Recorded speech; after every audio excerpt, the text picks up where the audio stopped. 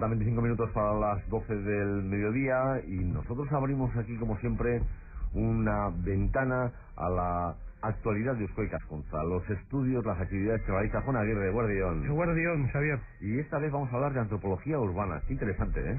Sí, concretamente vamos a hablar de ciudades globales y culturas locales, que es el sugerente título de las terceras jornadas sobre antropología urbana que se van a celebrar desde mañana hasta el sábado en Bilbao, ¿no? Bueno, esto es un tipo de encuentros que se viene celebrando desde el 97, organizado por la sección de Antropología y Etnografía de Eusko Ikaskuntza, y que está reconocido pues como uno de los foros más importantes de todo el Estado sobre el tema concreto de la ciudad, ¿no? Y bueno, pues en ella se reúnen pues más de un centenar de especialistas pues en las distintas disciplinas de las ciencias sociales. Antropólogos, puesto que antropología urbana estamos hablando, pero también sociólogos, historiadores, geógrafos, arquitectos, incluso especialistas en comunicación social o en bellas artes. Está con nosotros José Ignacio Mubono, él es profesor de Sociología Urbana y Local de la Universidad del País Vasco, responsable de los comités científicos y organizadores de estas jornadas, es coordinador de la sección de Antropología, Etnografía de Eusko Ikaskuntza. Profesor, buenos días. Bueno, decía Juan que es muy sugestivo el título, Ciudades Globales y Culturas Locales, y claro, para abordar la antropología urbana usted está a mano de un montón de disciplinas. Sí, nuestras jornadas son netamente interdisciplinares, porque interdisciplinar es la ciudad y el propio urbanismo y todas las disciplinas que en él se focalizan, ¿no? Estas jornadas en concreto están dedicadas a reflexionar sobre las ciudades en la era de la globalización. ¿Y qué cambia básicamente en la era de la globalización? Pues que las ciudades son focos que tienen cierta autonomía, pero focos dentro de una dinámica de redes, de flujos transnacionales que las sobrepasan, que sobrepasan incluso a los estados nacionales, ¿no?, propiamente dichos, y donde existen culturas híbridas de inmigrantes, de la pluralidad que existe en los grupos de la propia ciudad, etcétera.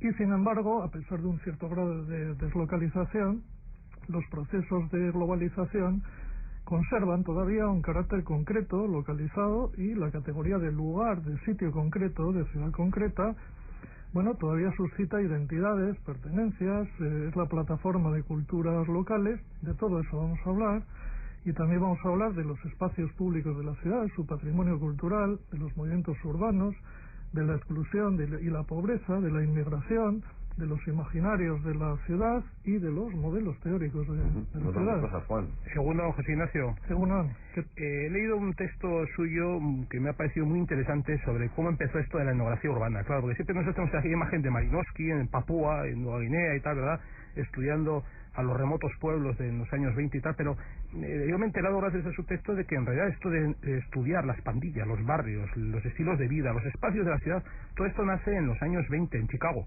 en la época de los Gaster y Al Capone, etcétera, ¿verdad? Es coetáneo de aquello. Bueno, entonces, a mí, después de enterarme de esto, me queda una duda. ¿Cuál es la diferencia entre la sociología urbana, y la antropología urbana que ustedes estudian? Bueno, pues son dos ciencias permanentemente imbricadas y entremezcladas, y en su primera época, cuando aparecen las ciencias sociales, salía en la segunda mitad del siglo XIX, la división estaba bien clara. La sociología se ocupaba por definición y por vocación del estudio de las sociedades urbanas, modernas y complejas, es decir, de aquellas en las que vivimos nosotros, ¿no?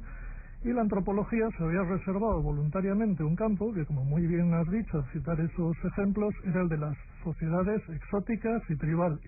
Primero tribales del tercer mundo y después rurales en la propia Europa y en Estados Unidos, ¿eh?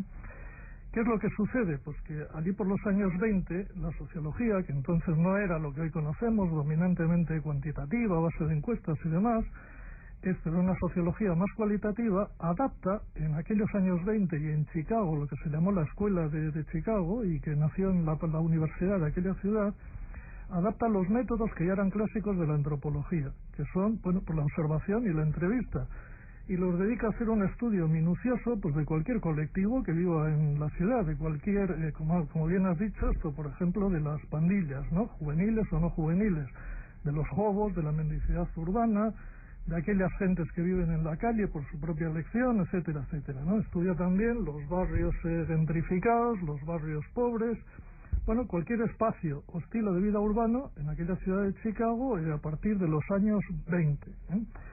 Todavía no hay antropología urbana. La antropología urbana nace mucho más tarde, 50 años más tarde, en torno a 1970, 1960-70, y surge, su segunda fuente sería en aquellos antropólogos que estudiaban en África las zonas mineras y las áreas urbanas de países coloniales que estaban en vías de rápido cambio.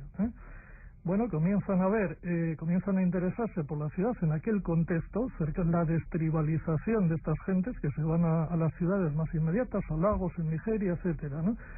Y por otra parte, cuando vuelven a sus metrópolis, comienzan a estudiar sus propias ciudades, y con los métodos que ellos traían de la antropología tradicional, rural, tribal, etcétera, Y a partir de aquí, bueno, se solapan los objetos y los métodos, pues, de estas dos ciencias sociales, y en cualquier caso, las ciudades que habitamos, tampoco para el sociólogo son tan familiares como lo eran antes, tampoco es el nosotros, porque son asientos ya del multiculturalismo intrínseco en el... Este cambio también lo podemos apreciar en Euskal Herria, ¿no? Porque nosotros, cuando decimos un antropólogo, nos viene siempre a la imagen Aita Barandiaran recorriendo las zonas rurales de Euskal Herria, y en cambio ahora estamos viendo una antropología urbana, netamente urbana. O sea que ese cambio también se ha producido en Euskal Herria. También se ha producido, y ahí diríamos un corte, nuestra sección es un punto de encuentro precisamente de esa clásica antropología vasca y de la nueva antropología social-cultural de origen anglosajón, académico, universitario y tal, ¿no? Y nuestra sección se denomina elocuentemente sección de antropología-etnografía, trata de conciliar los dos aspectos, ¿no? Bueno, ¿qué es lo que sucede? Pues que no solo la escuela de Barandiaran o nuestros etnógrafos eran agarófobos, quiero decir, rehuían la ciudad, veían en ella que podía acabar con las esencias de la tradición y de lo que ellos tenían por esencias de la identidad étnica, por un lado, y religiosa vasca, Barandiaran pone mucho énfasis en que la ciudad, es secularizadora, por definición, etcétera, etcétera. Bueno, el antropólogo cultural de formación académica, no tiene por qué ser un guardián de la tradición, es decir, el etnógrafo recogía, inventariaba todas esas costumbres en trance de desaparición. El antropólogo no tiene necesariamente por qué hacer esto. Aunque no obstante, muchos antropólogos se dedican de otra forma a legitimar, identidades étnicas, culturales, instituciones autonómicas, etcétera, etcétera. Nadie está exento de eso. En cualquier caso, José Ignacio, hablamos de antropología urbana, pero claro, cuando hoy hablamos de urbano, concepto urbano, ya es un poco, mucho más amplio de lo que podía ser también esa dicotomía antigua rural-urbano, ¿no? Marc Augé, que es uno de los grandes popes de la antropología urbana, dice que el mundo entero se volvió una ciudad y cada metrópolis es ya un mundo, ¿no? Efectivamente, hoy todo es urbe, ¿no? Todo es urbe. Entonces, ya es un estilo de vida, no es un lugar, es un estilo de vida que ocupa prácticamente toda la ciudad global o la aldea global en la que vivimos. Entonces, hemos de entender que la antropología urbana no se ciñe exclusivamente a la ciudad, sino que se ocupa de lo que ocurre más allá del asfalto también. Efectivamente, así sucede, y básicamente por dos motivos. Uno, el que has apuntado tú, ahora incidimos sobre él, y otro, que aquel modelo de ciudad continua, como un entramado de calles, de plazas continua, de espacios residenciales contiguos, pegados unos a otros, ha sido desbordado por la realidad urbana, y estamos en plena ciudad dispersa. ¿Y qué es esto de ciudad dispersa? Pues una ciudad que se extiende físicamente hacia su periferia, hacia las zonas periurbanas, y la inunda de urbanizaciones, de gasolineras, de salas de fiestas, de restaurantes, de empresas, de etcétera, etcétera.